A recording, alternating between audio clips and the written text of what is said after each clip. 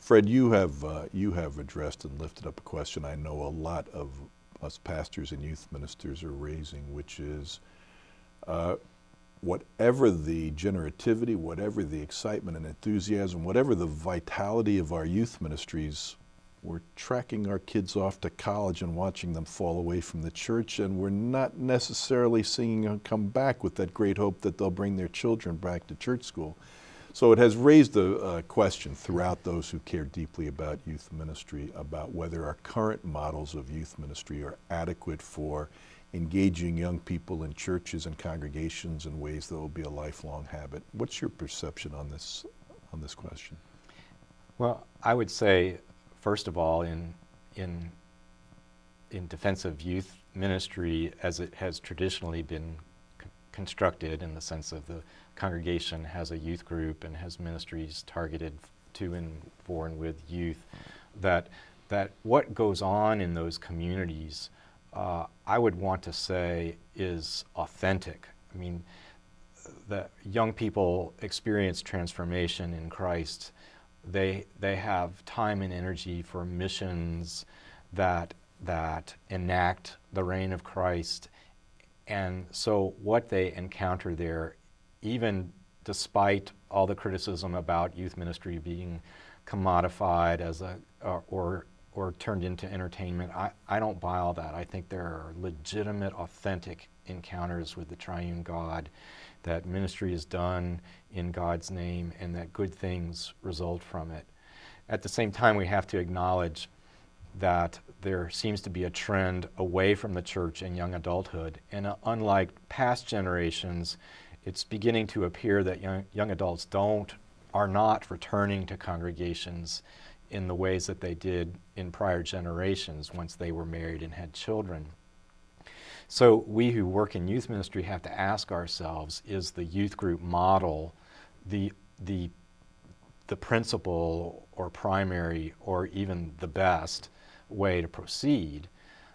My own sense is that there is a place for the youth group model, that there are particular joys and sufferings, particular hopes and burdens that young people face that can best be addressed in context with their peers. At the same time, if we are looking to form lifelong disciples of Jesus who live out their faith in congregations, it seems to me then that we need to be finding more and more ways to integrate young people into the life of the wider congregation, that the emphasis ought not be on the dichotomy or separation, but the integration.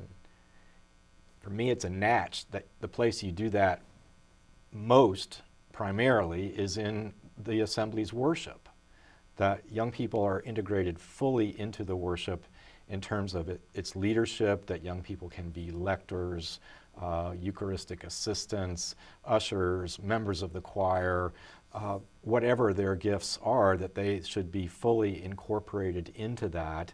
And then at the same time, we should be offering a profoundly thoughtful and reflective, evocative liturgical catechesis. That's fancy language for reflecting on the possibilities for formation within worship itself, the plurality of meanings of the ritual symbols, the power of the gestures, the raised hands, the bowing in humility, that these are aesthetic, ritual, poetic capacities that human beings have that we can help young people grow into so that their whole bodies can encounter this living holy mystery.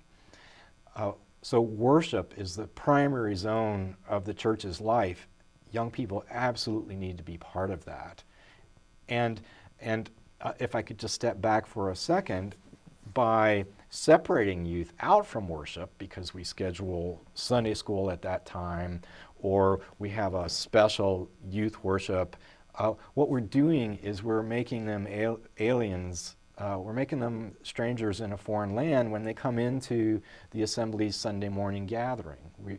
We are ushering them out of life in the community rather than into.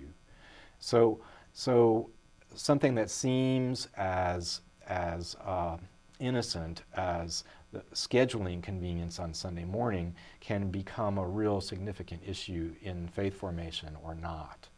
So I'm all about framing life through worship, having youth fully engaged in worship as a way to sustain them through their lives.